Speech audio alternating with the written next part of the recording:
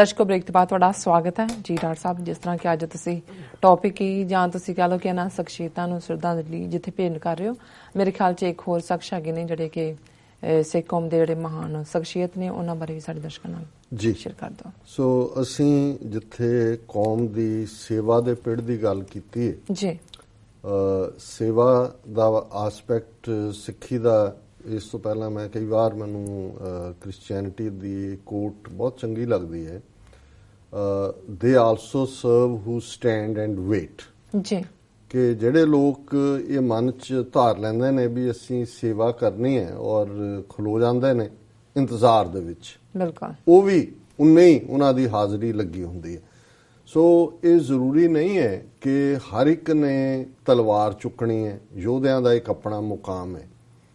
ਇਹ ਵੀ ਜ਼ਰੂਰੀ ਨਹੀਂ ਹੈ ਵੀ ਕੋਈ ਇੱਕ ਕੰਮ ਕਿਸੇ ਲਈ, ਜਿੰਨੇ ਵੀ ਦੁਨੀਆ ਦੇ ਵਿੱਚ ਜੇ ਅੱਜ 7.5 ਬਿਲੀਅਨ ਦੇ ਲਗਭਗ ਲੋਕ ਨੇ, ਕਿਸੇ ਦੇ ਫਿੰਗਰਪ੍ਰਿੰਟ ਇੱਕ ਦੇ ਦੂਜੇ ਨਾਲ ਨਹੀਂ ਰਲਦੇ ਜੀ। ਇਹਦਾ ਮਤਲਬ ਇਹ ਹੈ ਕਿ ਹਰ ਇੱਕ ਜਿਹੜੀ ਅਕਾਲ ਪੁਰਖ ਵੱਲੋਂ, ਰੱਬ ਵੱਲੋਂ ਇਸ ਧਰਤੀ ਦੇ ਉੱਤੇ ਆਉਂਦਾ ਹੈ, ਉਸ ਦਾ ਇਹੀ ਨਹੀਂ ਅਸੀਂ ਤਾਂ ਨਸੀਬਾਂ ਤੱਕ ਹੀ ਗੱਲ ਮੁਕਾ ਦਿੰਨੇ, ਹਰ ਇੱਕ ਨੂੰ ਕੋਈ ਨਾ ਕੋਈ ਰੋਲ ਦੇ ਕੇ ਰੱਬ ਨੇ ਭੇਜਿਆ ਔਰ ਉਸ ਦੇ ਜ਼ਿੰਮੇ ਉਹੀ ਲੱਗਾ।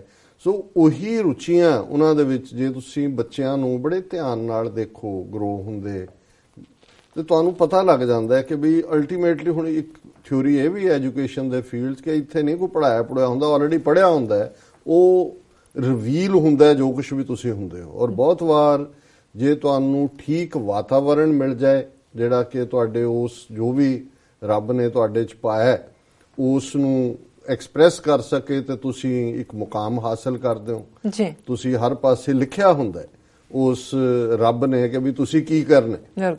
ਉਹਨੂੰ ਤੁਸੀਂ DNA ਦੀ ਫਾਰਮ 'ਚ ਕਹਿ ਲਓ, ਉਹਨੂੰ ਪੁਰਾਣੀਆਂ ਮਾਈਆਂ ਦੇ ਕਹਿਣ ਵਾਂਗੂ ਮੱਥੇ ਤੇ ਲਿਖਿਆ ਕਹਿ ਲਓ, ਕੋ ਹੱਥ ਦੀਆਂ ਲਕੀਰਾਂ 'ਚੋਂ ਪੜ੍ਹ ਲਏ, ਪਰ ਇਹ ਨਹੀਂ ਹੈ। ਇਹ ਉਹੀ ਹੈ ਕਿ ਉਹ ਇੱਕ ਹੈ, ਉਸ ਨੇ ਉਸ 'ਚ ਖਿੜਨਾ। ਇਹ ਇਵੇਂ ਹੀ ਹੈ ਕਿ ਇੱਕ ਬੀਜ ਹੈ, ਉਸ ਨਿੱਕਾ ਜਿਹਾ ਬੀਜ ਹੁੰਦਾ, ਉਹਦੇ 'ਚ ਬੋਹੜ ਦਾ ਦਰਖਤ ਹੁੰਦਾ ਜੀ। ਹੁਣ ਉਹ ਤੁਸੀਂ ਕੋਈ ਕਹੇ ਜੀ ਦਰਖਤ ਇਹਦੇ 'ਚ, ਪਰ ਉਹਦੇ 'ਚ ਹੀ ਉਹ ਸਭ ਕੁਝ ਨਿਕਲਦਾ। ਅਲਟੀਮੇਟਲੀ ਉਹਦੇ ਫਲਾਂ ਦਾ ਕੀ ਰੰਗ ਹੋਏਗਾ, ਫਲਾਂ ਦਾ ਸਵਾਦ ਕੀ ਹੋਏਗਾ। ਕਈ ਵਾਰੀ ਰੰਗ ਬੜਾ ਸੋਹਣਾ ਹੁੰਦਾ, ਅਦਵਾਣਾ ਐਨ ਲਾਲ ਨਜ਼ਰ ਆਉਂਦਾ, ਵਿੱਚੋਂ ਫਿੱਕਾ ਹੁੰਦਾ। ਸੋ ਉਹ ਫਲ ਵੀ ਲੱਗੇਗਾ, ਫਲ ਮਿੱਠਾ ਵੀ ਹੋਏਗਾ, ਉਸ ਦਾ ਅੱਗੋਂ ਬੀਜ ਵੀ ਜਿਹੜਾ ਹੋਰਨਾਂ ਨੂੰ ਪੈਦਾ ਕਰੇਗਾ ਉਸ ਕਿਸਮ ਦੇ। ਇਹ ਸਭ ਅਲਟੀਮੇਟਲੀ ਰੱਬ ਦੇ ਉੱਤੇ ਹੀ ਹੁੰਦਾ, ਰੱਬ ਦੀ ਕਿਰਪਾ ਦੇ ਨਾਲ ਹੀ ਜੁੜਿਆ ਹੁੰਦਾ ਜੀ। ਔਰ ਮੈਂ ਬਹੁਤ ਵਾਰ ਆਪਣੀਆਂ ਸਪੀਚਿਸ ਦੇ ਕਨਕਲੂਜਨ ਦੇ ਵਿੱਚ ਅਕਸਰ ਮੈਂ ਇਹ ਕਹਿੰਦਾ ਕਿ ਵੀ ਆਨੰਦਪੁਰ 'ਚ ਇੱਕ ਭਾਈ ਬਚਿੱਤਰ ਸਿੰਘ ਨੇ ਜਿਹੜੇ ਗੁਰੂ ਦਾ ਬਖਸ਼ਿਆ ਨਾਗਣੀ ਬਰਛਾ ਲੈ ਕੇ ਮਸਤ ਹਾਥੀਆਂ ਦਾ ਰਸਤਾ ਮੋੜ ਰਹੇ ਨੇ ਜੀ। ਇੱਕ ਭਾਈ ਨੰਦ ਲਾਲ ਨੇ ਜਿਨ੍ਹਾਂ ਨੇ ਪਾਣੀ ਦੀ ਮਸ਼ਕ ਚੁੱਕੀ ਹੋਈ ਹੈ, ਕਿਉਂਕਿ ਉਹਨਾਂ ਜ਼ਮਾਨਿਆਂ 'ਚ ਚਮੜੇ ਦਾ ਜਿਹੜਾ ਬੈਗ ਹੁੰਦਾ ਉਹਨੂੰ ਮਸ਼ਕ ਕਹਿੰਦੇ ਨੇ, ਉਹਦੇ 'ਚ ਹੀ ਪਾਣੀ ਹੁੰਦਾ ਸੀ। ਔਰ ਉਹ ਜੰਗ ਦੇ ਮੈਦਾਨ 'ਚ ਸੱਜਣਾ ਤੇ ਦੁਸ਼ਮਣਾ, ਆਪਣੇ ਸਿੱਖ ਸਿਪਾਹੀਆਂ ਔਰ ਦੁਸ਼ਮਣ ਦੇ ਪਹਾੜੀ ਰਾਜੇ ਹੋਣ ਜਾਂ ਮੁਗਲੀਆ ਫੌਜ, ਉਹਨਾਂ ਸਭ ਨੂੰ ਹੀ ਪਾਣੀ ਪਿਆ ਰਹੇ ਨੇ। ਤੇ ਇੱਕ ਭਾਈ ਨੰਦ ਲਾਲ ਨੇ ਜਿਨ੍ਹਾਂ ਦੀ ਕਲਮ ਚੱਲ ਰਹੀ ਹੈ ਗੁਰੂ ਦੇ ਪਿਆਰ 'ਚ, ਗੁਰੂ ਦੀ ਸਿਫਤ 'ਚ, ਗੁਰੂ ਦੇ ਖਾਲਸੇ ਦੀ ਸਿਫਤ 'ਚ, ਦਿਨ ਰਾਤ ਵੈਰਾਗ ਦੇ ਵਿੱਚ ਉਹਨਾਂ ਦੇ ਨੈਣ ਬਹਿ ਰਹੇ ਨੇ। ਔਰ 10ਵੇਂ ਪਾਤਸ਼ਾਹ ਜਦੋਂ ਆਪਣੇ ਲਾਡਲੇ ਖਾਲਸੇ ਨੂੰ ਪਿਆਰ ਕਰਦੇ ਨੇ, ਭਾਈ ਨੰਦ ਲਾਲ ਵੀ 3 ਫੁੱਟੀ ਤਲਵਾਰ ਦੇ ਨਾਲ ਜੂਝਣਾ ਚਾਹੁੰਦੇ ਨੇ, ਤੇ ਗੁਰੂ ਸਾਹਿਬ ਉਹਨਾਂ ਨੂੰ ਪੈਨ ਦਿੰਦੇ ਨੇ, ਇੱਕ ਹੋਰ ਕਲਮ ਦਿੰਦੇ ਨੇ ਕਿ ਨਹੀਂ ਭਾਈ ਸਾਹਿਬ ਤੁਸੀਂ ਕਲਮ ਚਲਾਓ, ਤੁਹਾਡੀ ਕਲਮ ਹੀ ਤਲਵਾਰ ਵਰਗੀ ਹੈ। ਤੇ ਜੇ ਭਾਈ ਕਨਈਆ ਦੀ ਸ਼ਿਕਾਇਤ ਸਿੱਖ ਕਰਦੇ ਨੇ ਕਿ ਜੀ ਜਿਹਨਾਂ ਦੁਸ਼ਮਣਾਂ ਨੂੰ ਅਸੀਂ ਜ਼ਖਮੀ ਕਰਕੇ ਸੁੱਟਦੇ ਆਂ, ਪਾਣੀ ਪਿਆ ਕੇ ਫੇਰ ਖੜੇ ਕਰ ਦਿੰਦੇ ਨੇ, ਤੇ ਗੁਰੂ ਸਾਹਿਬ ਤਲਬ ਕਰਦੇ ਨੇ ਸਿੱਖਾਂ ਦੀ ਤਸੱਲੀ ਕਰਾਉਣ ਲਈ ਕਿ ਕਨਈਆ ਜੀ ਤੁਹਾਡੇ ਤੇ ਸ਼ਿਕਾਇਤ।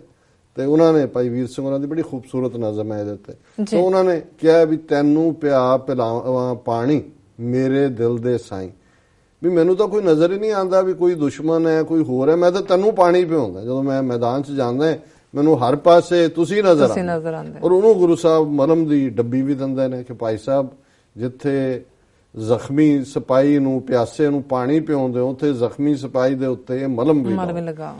ਹੁਣ ਉਹ ਸਾਰੇ ਹੀ ਪਿਆਰੇ ਨੂੰ ਰਿਝਾ ਰਹੇ ਨੇ। ਇੱਕ ਪਾਸੇ ਖਾਲਸਾ ਜਿਹੜਾ ਅੱਗੇ ਵੱਧ ਕੇ ਸ਼ਹੀਦੀਆਂ ਪਾ ਰਿਹਾ, ਉਹ ਗੁਲਾਮੀ ਦੇ ਸੰਗਲ ਕੱਟਣ ਤੁਰਿਆ, ਇੱਧਰ ਭਾਈ ਨੰਦ ਲਾਲ ਦੀ ਕਲਮ ਚੱਲ ਰਹੀ ਹੈ, ਇੱਧਰ ਭਾਈ ਕਨਈਆ ਜਿਹੜੇ ਨੇ ਉਹ ਪਹਿਲੇ ਰੈੱਡ ਕਰਾਸ ਦੇ ਬਾਨੀ ਨੇ ਜੇ ਅਸੀਂ ਦੁਨੀਆ ਨੂੰ ਦੱਸ ਸਕਦੇ। ਹੁਣ ਜਦੋਂ ਅੱਜ ਅਸੀਂ ਜਿਹਨਾਂ ਸ਼ਖਸੀਅਤਾਂ ਨੂੰ ਯਾਦ ਕਰ ਰਹੇ ਹਾਂ, ਜਿਨ੍ਹਾਂ ਦੇ ਵਿੱਚ ਅਸੀਂ ਜੁਝਾਰੂ ਯੋਧੇ ਭਾਈ ਬਲਬੀਰ ਸਿੰਘ ਖਹਿਰਾ ਦੇ ਮਾਤਾ ਜੀ ਨੂੰ ਯਾਦ ਕੀਤਾ ਹੈ, ਮਾਤਾ ਬਲਵੰਤ ਕੌਰ, ਕਿ ਇਹ ਇੱਕ ਜੁਝਾਰੂ ਜਿਹੜਾ ਪਰੰਪਰਾ ਹੈ ਉਸ ਨੂੰ ਅੱਗੇ ਤੋਰਨ ਵਾਲੇ ਨੇ। ਜਿੱਥੇ ਅਸੀਂ 35-40 ਸਾਲ ਉਸ ਥਾਟ ਨਾਲ ਜਿਉਣ ਵਾਲੇ ਤੇ ਹਰ ਰੋਜ਼ ਮਰਨ ਵਾਲੇ ਭਾਈ ਮਨਮੋਹਨ ਸਿੰਘ ਖਾਲਸਾ ਨੂੰ ਯਾਦ ਕੀਤਾ, ਉੱਥੇ ਜਿਹੜੀ ਸ਼ਖਸੀਅਤ ਜਾਂ ਜਿਵੇਂ ਅਸੀਂ ਵੀਰ ਹਰਗੋਬਿੰਦ ਸਿੰਘ ਨੂੰ ਯਾਦ ਕੀਤਾ ਕਿ ਜਿਨ੍ਹਾਂ ਨੇ ਕਿਵੇਂ ਛੋਟੀ ਉਮਰ ਦੇ ਵਿੱਚ ਜਿਹੜਾ ਉਹ ਕਿੰਨੀਆਂ ਬੁਲੰਦੀਆਂ ਛੂਹੀਆਂ ਔਰ ਕਿਵੇਂ ਬਹਾਦਰੀ ਨਾਲ ਅਖੀਰ 'ਚੋਂ ਕੈਂਸਰ ਦੀ ਬਿਮਾਰੀ ਨਾਲ ਜੂਝਦਿਆਂ ਵੀ ਉਹਨਾਂ ਨੇ ਆਪਣਾ ਜਿਹੜੀ ਡਿਟਰਮੀਨੇਸ਼ਨ ਸੀ ਉਹ ਕਾਇਮ ਰੱਖੀ। ਔਰ ਉਹਨਾਂ ਦੀ ਸਿੰਘਣੀ ਬੀਬੀ ਦਲਵੀਰ ਕੌਰ ਔਰ ਸਾਰਾ ਪਰਿਵਾਰ, ਮੈਂ ਸਮਝਦਾ ਵੀ ਜਦੋਂ ਤੁਸੀਂ ਇਸ ਕਿਸਮ ਦੇ ਦੁੱਖ 'ਚੋਂ ਗੁਜ਼ਰਦੇ ਹੋ ਔਰ ਫਿਰ ਇਹ ਵੀ ਇੱਕ ਸੋਲਜਰ ਸਪਿਰਿਟ ਹੁੰਦੀ ਹੈ। ਔਰ ਅਸੀਂ ਉਹ ਪ੍ਰੋਗਰਾਮ ਜਿਵੇਂ ਮੈਂ ਕਿਹਾ ਕਿਸੇ ਦਿਨ ਅਸੀਂ ਪੂਰਾ ਬ੍ਰਾਡਕਾਸਟ ਕਰਾਂਗੇ, ਅੱਜ ਅਸੀਂ ਟੱਚ ਬੇਸ ਹੀ ਕਰ ਰਹੇ। ਹੁਣ ਜਿਸ ਸ਼ਖਸੀਅਤ ਨੂੰ ਅਸੀਂ ਇਹ ਅੱਜ ਦੇ ਪ੍ਰੋਗਰਾਮ 'ਚ ਯਾਦ ਕਰ ਰਹੇ ਹਾਂ, ਜਿੱਥੇ ਅਸੀਂ ਗੁਰਬਾਣੀ ਜਾਂ ਰੱਬ ਨਾਲ ਮਿਲਣ ਦੇ ਦੇਖਦੇ ਹਾਂ ਤੇ ਕੀਰਤਨ ਦੀ ਇੱਕ ਆਪਣੀ ਮਹੱਤਤਾ ਹੈ। ਔਰ ਇਹਦੇ 'ਚ ਕੋਈ ਸ਼ੱਕ ਨਹੀਂ ਹੈ ਕਿ ਵੀ ਬਹੁਤ ਵਾਰ ਜਦੋਂ ਬਾਣੀ ਅਸੀਂ ਪੜ੍ਹਦੇ ਹਾਂ, ਸੁਣਦੇ ਹਾਂ, ਜੇ ਕੋਈ ਜੁੜੀ ਰੂਹ ਪੜ੍ਹ ਰਹੀ ਹੈ ਤੁਹਾਡੇ ਅੰਦਰ ਲੱਗਦਾ ਹੈ ਵੀ ਕੰਨਾਂ 'ਚ ਕੋਈ ਮਿਸ਼ਰੀ ਘੁਲ ਰਹੀ ਹੈ, ਤੁਹਾਡਾ ਮਨ ਵੀ ਟਿਕਦਾ, ਪਰ ਕੀਰਤਨ ਤੁਹਾਨੂੰ ਇੱਕਦਮ ਅੰਦਰੋਂ ਜੋੜ ਦਿੰਦਾ ਹੈ। ਬਿਲਕੁਲ। ਔਰ ਸ਼ਾਇਦ ਗੁਰੂ ਨਾਨਕ ਸਾਹਿਬ ਔਰ ਭਾਈ ਮਰਦਾਨਾ, ਗੁਰੂ ਨਾਨਕ ਸਾਹਿਬ ਦੀ ਬਾਣੀ, ਭਾਈ ਮਰਦਾਨੇ ਦੀ ਰਬਾਬ, ਜੇ ਰਬਾਬ ਗੁਰੂ ਸਾਹਿਬ ਨੇ ਉਸ ਬਾਣੀ ਦੇ ਨਾਲ ਕਿ ਵੀ ਜੇ ਹੁਣ ਹੋਇਆ ਕਿ ਵੀ ਮਰਦਾਨਿਆਂ ਰਬਾਬ ਵਜਾਏ ਕਾਈ ਗੱਲ ਨਿਰੰਕਾਰ ਦੀ ਸਿਫਤ ਸਲਾਹ ਦੀ ਕਰੀਏ। ਹੁਣ ਮਰਦਾਨੇ ਦਾ ਹੱਥ ਰਬਾਬ ਤੇ ਟਿਕਦਾ ਹੈ, ਬਾਬੇ ਦੀ ਰੂਹਾਨੀ ਰੌਂ ਨੂੰ ਉਹ ਸਮਝਦੇ ਨੇ ਤੇ ਬਾਣੀ ਨਾਜ਼ਲ ਹੋ ਰਹੀ ਹੈ ਔਰ ਫਿਰ ਮਰਦਾਨਾ ਉਸ ਨੂੰ ਕੰਠ ਕਰਦਾ ਹੈ, ਫਿਰ ਉਹਦੀ ਰਬਾਬ ਤੇ ਮਰਦਾਨੇ ਦੀ ਆਵਾਜ਼। ਕੀਰਤਨ ਦਾ ਆਧਾਰ ਇਹ ਹੈ। ਕੀਰਤ ਬੇਸ਼ੱਕ ਸਿਫਤ ਸਲਾਹ ਨੂੰ ਕਹਿੰਦੇ ਨੇ, ਪਰ ਫਿਰ ਇਹ ਸਾਜ਼ਾਂ ਦੇ ਨਾਲ ਸਿਫਤ ਸਲਾਹ ਜਿਹੜੀ ਹੈ ਬਾਣੀ ਨੂੰ ਗਾਇਨ ਕਰਨਾ, ਇਹ ਸਾਡਾ ਕੀਰਤਨ ਪਰੰਪਰਾ ਬਣਦੀ ਹੈ। ਭਾਈ ਮਰਦਾਨਾ, ਉਹਨਾਂ ਦਾ ਬੇਟਾ ਫਿਰ ਗੁਰੂ ਅੰਗਦ ਸਾਹਿਬ ਦੇ ਦਰਬਾਰ 'ਚ ਅੱਗੋਂ ਸੱਤਾ ਬਲਵੰਡ, ਇਹ ਇੱਕ ਪਰੰਪਰਾ ਪੰਥ ਦੇ ਵਿੱਚ ਅੱਗੇ ਤੁਰਦੀ ਔਰ ਹਮੇਸ਼ਾ ਹੀ ਉਹਨਾਂ ਨੂੰ ਬੇਸ਼ੱਕ ਭਾਈ ਮਰਦਾਨਾ ਜਾਂ ਦੂਸਰੇ ਜਿਨ੍ਹਾਂ ਨੂੰ ਬੜਾ ਆਮ ਦੁਨੀਆ ਦੇ ਵਿੱਚ ਡੂਮ ਕਰਕੇ ਕਿਹਾ ਜਾਂਦਾ ਸੀ, ਡੂਮਣੀ, ਉਹਨਾਂ ਦੀਆਂ ਔਰਤਾਂ ਨੂੰ ਜਿਹੜਾ ਬਹੁਤ ਘਟੀਆ ਚੰਡਾਲ ਵਰਗਾ ਸ਼ਬਦ ਸੀ, ਪਰ ਸਿੱਖ ਕੌਮ ਦੇ ਵਿੱਚ ਹਮੇਸ਼ਾ ਹੀ ਭਾਈ ਮਰਦਾਨਾ ਦੇ ਨਾਲ ਇੱਕ ਤਾਂ ਭਾਈ ਹੈ, ਭਰਾ ਹੈ ਤੇ ਰਬਾਬੀ ਹੈ। ਸੋ ਅਸੀਂ ਜਿੰਨੇ ਗੁਰੂ ਦਾ ਕੀਰਤਨ ਗਾਇਨ ਕਰਨ ਉਹਨਾਂ ਨੂੰ ਅਸੀਂ ਰਬਾਬੀ ਲਕਬ ਦੇ ਨਾਲ ਯਾਦ ਕਰਦੇ ਰਹੇ। ਫਿਰ ਅਸੀਂ ਦੇਖਦੇ ਹਾਂ ਗੁਰੂ ਅਰਜਨ ਸਾਹਿਬ ਦੇ ਵੇਲੇ ਜਦੋਂ ਭਾਈ ਸੱਤਾ ਬਲਵੰਡ ਨਾਲ ਜੁੜਿਆ ਵਾਕਿਆ, ਜਿਨ੍ਹਾਂ ਦੀ ਬਾਣੀ ਵੀ ਭਾਈ ਸੱਤਾ ਬਲਵੰਡ ਦੀ ਗੁਰੂ ਗ੍ਰੰਥ ਸਾਹਿਬ 'ਚ ਹੈ ਔਰ ਬੜੀ ਖੂਬਸੂਰਤ ਉਹਨਾਂ ਦੀ ਰਚਨਾ, ਹਿਸਟੋਰੀਕਲੀ ਵੀ ਉਹ ਚਾਨਣ ਦਿੰਦੀ ਹੈ ਵੀ ਕੀ ਚੇਂਜ ਹੋ ਰਹੀ। ਔਰ ਪੰਜਵੇਂ ਪਾਤਸ਼ਾਹ ਦੇ ਵੇਲੇ ਫਿਰ ਪਹਿਲੀ ਵਾਰ ਜਿਹੜਾ ਅਸੀਂ ਦੇਖਦੇ ਹਾਂ ਕਿ ਸੰਗਤ ਦੇ ਵਿੱਚ ਕੀਰਤਨ ਦਾ ਭੰਡਾਰਾ ਖੁੱਲ ਜਾਂਦਾ। ਗੁਰੂ ਸਾਹਿਬ ਆਪ ਵੀ ਜਿਹੜਾ ਕਰਦੇ ਨੇ ਔਰ ਸਾਰੇ ਗੁਰੂ ਸਾਹਿਬਾਨ ਖੁਦ ਸਾਜ਼ਾਂ ਦੇ ਨਾਲ ਕੀਰਤਨ ਵੀ ਕਰਦੇ ਰਹੇ। 10ਵੇਂ ਪਾਤਸ਼ਾਹ ਦਾ ਜਿਹੜਾ ਪਿਆਰਾ ਸਾਜ਼ ਸੀ ਦਿਲਰੂਬਾ ਜੀ, ਔਰ ਪੰਜਵੇਂ ਪਾਤਸ਼ਾਹ, 6ਵੇਂ ਪਾਤਸ਼ਾਹ ਨੇ ਬਹੁਤ ਸਾਰੀਆਂ ਉਹਨਾਂ ਫਿਰ ਪਰਿਵਾਰਾਂ ਨੂੰ, ਇੱਕ ਤਾਂ ਰਬਾਬੀ ਪਰੰਪਰਾ ਸੀ, ਰਬਾਬੀ ਪਰੰਪਰਾ ਜਾਰੀ ਰਹੀ 1947 ਤੱਕ, ਭਾਈ ਮਰਦਾਨਾ ਜੀ ਦੇ ਡਿਸੈਂਡੈਂਟ ਵੀ ਔਰ ਦੂਸਰੇ ਰਬਾਬੀ ਵੀ, ਪਰ ਇਧਰ ਗੁਰਸਿੱਖਾਂ ਦੇ ਵਿੱਚ ਵੀ ਜਿਹੜੇ ਕੀਰਤਨ ਦਾ ਜਿਹੜਾ ਉਹ ਭੰਡਾਰਾ ਖੁੱਲਿਆ। ਪੰਜਵੇਂ ਪਾਤਸ਼ਾਹ ਔਰ 6ਵੇਂ ਪਾਤਸ਼ਾਹ ਨੇ ਵੀ ਉਸ ਨੂੰ ਫਰਦਰ ਐਨਕਰੇਜ ਕੀਤਾ ਔਰ 6ਵੇਂ ਪਾਤਸ਼ਾਹ ਦੇ ਵੇਲੇ ਤੋਂ ਵਰਸਾਏ ਹੋਏ ਜਿਹੜੇ ਇੱਕ ਪਰਿਵਾਰ, ਜਿਨ੍ਹਾਂ ਚੋਂ 20ਵੀਂ ਸਦੀ ਦੇ ਵਿੱਚ ਭਾਈ ਜਵਾਲਾ ਸਿੰਘ ਵਰਗੇ ਕੀਰਤਨੀਏ ਹੋਏ, 11ਵੀਂ ਜਨਰੇਸ਼ਨ ਅੱਜ ਉਹਨਾਂ ਦੀ ਹੈ, ਉਹਨਾਂ ਦੇ ਵਿੱਚ ਜਿਹੜੀ ਸ਼ਖਸੀਅਤ ਪਿਛਲੇ ਦਿਨਾਂ 'ਚ 103 ਸਾਲ ਉਮਰ ਭੋਗ ਕੇ ਜਿਨ੍ਹਾਂ ਨੇ ਚੜ੍ਹਾਈ ਕੀਤੀ ਹੈ, ਭਾਈ ਗੁਰਚਰਨ ਸਿੰਘ ਜੀ, ਜਿਹੜੇ ਕਿ ਭਾਈ ਅਵਤਾਰ ਸਿੰਘ, ਭਾਈ ਗੁਰਚਰਨ ਸਿੰਘ ਦੀ ਕੀਰਤਨੀ ਜੋੜੀ ਮੇਰੇ ਕੋਲ ਅਜੇ ਵੀ, ਹੁਣ ਤਾਂ ਵਾਸ਼ਿੰਗਟਨ DC 'ਚ ਇਹਨਾਂ ਨੇ, ਭਾਈ ਅਵਤਾਰ ਸਿੰਘ ਉਹਨਾਂ ਨੇ ਖੁਦ ਮੈਨੂੰ ਉਹ ਜਿਹੜੀਆਂ ਨੇ ਭੇਟ ਕੀਤੀਆਂ ਸੀ। ਸਾਰੇ ਗੁਰੂ ਗ੍ਰੰਥ ਸਾਹਿਬ ਦੇ 31 ਰਾਗ ਨੇ। ਜਦੋਂ ਅਸੀਂ ਕੀਰਤਨ ਦੀ ਗੱਲ ਕੀਤੀ ਹੈ ਤਾਂ ਪੰਜਵੇਂ ਪਾਤਸ਼ਾਹ ਨੇ ਸਾਰੀ ਬਾਣੀ ਰਾਗਾਂ ਦੇ ਵਿੱਚ ਹੀ ਜਿਹੜਾ ਉਸ ਦਾ ਤਤਕਰਾ ਦੇ ਨਾਲ ਉਸ ਨੂੰ ਆਰਗੇਨਾਈਜ਼ ਕੀਤਾ। 31 ਰਾਗਾਂ 'ਚ ਬਾਣੀ ਹੈ, ਸੋ ਸਾਰੇ ਰਾਗ ਉਹਨਾਂ ਨੇ ਗਾਇਨ ਕਰਕੇ ਉਹਦੇ ਵਿੱਚ ਜਿਹੜਾ ਕਲਾਸਿਕ ਜਿਹਨੂੰ ਕਿਹਾ ਜਾਂਦਾ, ਹਾਲਾਂਕਿ ਗੁਰਬਾਣੀ ਸੰਗੀਤ ਹੈ, ਅਸੀਂ ਉਹ ਲਾਈਟ ਵੋਕਲ ਤੇ ਕਲਾਸਿਕ, ਕਿਉਂਕਿ ਦੂਜੀ ਟਰਮੀਨੋਲੋਜੀ ਸੀ ਇਹਨਾਂ ਦੀ ਦੇਸੀ ਸੰਗੀਤ ਦੀ, ਉਹਦੇ 'ਚ ਅਸੀਂ ਵੀ ਵੜ ਗਏ। ਪਰ ਹੁਣ ਗੁਰਬਾਣੀ ਕੀਰਤਨ ਦੀ ਆਪਣੀ ਪਰੰਪਰਾ ਗੁਰਮਤਿ ਸੰਗੀਤ ਦੇ ਥੱਲੇ ਔਰ ਪੰਜਾਬੀ ਯੂਨੀਵਰਸਿਟੀ 'ਚ ਵੀ ਇਸ ਦੇ ਉੱਤੇ ਚੇਅਰ ਵੀ ਹੈ। ਪ੍ਰਿੰਸੀਪਲ ਗੁਰਨਾਮ ਸਿੰਘ ਉਸ ਨੂੰ ਚੰਗੇ ਢੰਗ ਨਾਲ ਹੈਂਡਲ ਕਰ ਰਹੇ ਨੇ। ਪਰ ਇਹ ਭਾਈ ਅਵਤਾਰ ਸਿੰਘ ਗੁਰਚਰਨ ਸਿੰਘ ਜਿਹੜੀ ਕਿ ਜਿਨ੍ਹਾਂ ਨੇ ਕਿ ਉਹ ਜਿਹੜੀ 6ਵੇਂ ਪਾਤਸ਼ਾਹ ਤੋਂ ਮਿਲੀ ਪਰੰਪਰਾ ਸੀ ਔਰ ਇਹ ਗੁਰਮਤ ਸੰਗੀਤ ਦੇ ਵਿੱਚ ਕੀਰਤਨ ਕਰਨ ਦੀ ਕਈ ਘੰਟੇ ਰਿਆਜ਼ ਕਰਦੇ ਸਨ, ਉਹਨੂੰ ਜਾਰੀ ਰੱਖਿਆ। ਔਰ ਮੈਨੂੰ ਇਹਨਾਂ ਦੋਨਾਂ ਹੀ ਸ਼ਖਸ ਭਾਈ ਅਵਤਾਰ ਸਿੰਘ ਕੁਝ ਸਮਾਂ ਪਹਿਲਾਂ ਹੀ ਉਹਨਾਂ ਨੇ ਚੜ੍ਹਾਈ ਕੀਤੀ ਹੈ ਔਰ ਮੈਨੂੰ ਉਹਨਾਂ ਨੂੰ ਇੱਥੇ ਮਿਲਣ ਦਾ ਵੀ ਸਬਬ ਮਿਲਦਾ ਰਿਹਾ ਹੈ। ਸਾਡੇ ਵੀਰ ਹਰਦਿਆਲ ਸਿੰਘ ਜਿਹੜੇ ਕੁਆਈਟ ਯੂਨਾਈਟਿਡ ਸਿੱਖਸ ਦੇ ਨਾਲ ਜੁੜੇ ਹੋਏ ਨੇ, ਉਹਨਾਂ ਦੇ ਬਜ਼ੁਰਗ ਨੇ, ਪਰਿਵਾਰਾਂ ਚੋਂ ਨੇ, ਸੋ ਉਹਨਾਂ ਦੇ ਘਰ ਵੀ। ਔਰ ਲਾਸਟ ਟਾਈਮ ਮੈਨੂੰ ਯਾਦ ਹੈ ਕਿ ਸ਼ਿਕਾਗੋ ਗੁਰਦੁਆਰਾ ਸਾਹਿਬ ਇੱਕ ਸਮਾਗਮ ਦੇ ਵਿੱਚ, ਔਰ ਹਮੇਸ਼ਾ ਉਹਨਾਂ ਮੈਨੂੰ ਗਲਵਕੜੀ 'ਚ ਲੈ ਕੇ, ਔਰ ਜਿਹੜਾ ਇੱਕ ਬਜ਼ੁਰਗਾਂ ਦਾ ਸੀਸ ਦਾ ਤਰੀਕਾ ਹੁੰਦਾ, ਉਹਨਾਂ ਨੇ ਸੁਣਨਾ ਵੀ, ਫਿਰ ਉਹਨਾਂ ਨੇ ਕਹਿਣਾ ਕਿ ਵੀ ਬਹੁਤ ਮਜ਼ਾ ਆਇਆ। ਔਰ ਇਹ ਉਹ ਸਨ ਜਿਵੇਂ ਭਾਈ ਜਵਾਲਾ ਸਿੰਘ ਜਿਨ੍ਹਾਂ ਦਾ ਮੈਂ ਜ਼ਿਕਰ ਕੀਤਾ ਹੈ, ਇਸ ਪਰਿਵਾਰ ਦੇ, ਜਿਨ੍ਹਾਂ ਨੇ ਸਾਕਾ ਨਨਕਾਣਾ ਸਾਹਿਬ ਤੋਂ ਬਾਅਦ ਸਭ ਤੋਂ ਪਹਿਲਾਂ ਜਦੋਂ ਕਿ ਉਹ ਵੈਰਾਗਮਈ ਜਿਹੜਾ ਉੱਥੇ ਸਾਰਾ ਬਣਿਆ ਸੀ, ਉੱਥੇ ਉਹਨਾਂ ਨੇ ਕੀਰਤਨ ਕੀਤਾ ਲੰਬਾ ਵਕਤ ਜੀ। ਔਰ ਇਹ ਦੋਵੇਂ ਭਰਾ ਅਵਤਾਰ ਸਿੰਘ ਗੁਰਚਰਨ ਸਿੰਘ ਲੰਬਾ ਵਕਤ, ਅੱਧੀ ਸਦੀ ਤੋਂ ਜ਼ਿਆਦਾ ਗੁਰਬਾਣੀ ਕੀਰਤਨ ਨਾਲ ਰਹੇ। ਕੁਝ ਸਾਲ ਪਹਿਲਾਂ ਕਿਉਂਕਿ ਫਿਰ ਇੱਕ ਸਟੇਜ ਆਉਂਦੀ ਹੈ ਵੀ ਤੁਸੀਂ ਗਾਉਣ ਦੇ ਪੱਖੋਂ ਜਿਹੜਾ ਉਹਨਾਂ ਨਹੀਂ ਹੁੰਦਾ, ਫਿਰ ਇਹਨਾਂ ਨੇ ਖੁੱਲੇ ਵਿਚਰ ਕੇ ਸਿੱਖੀ ਪ੍ਰਚਾਰ ਸ਼ੁਰੂ ਕੀਤਾ ਭਾਈ ਗੁਰਚਰਨ ਸਿੰਘ ਹੋਰਾਂ ਨੇ।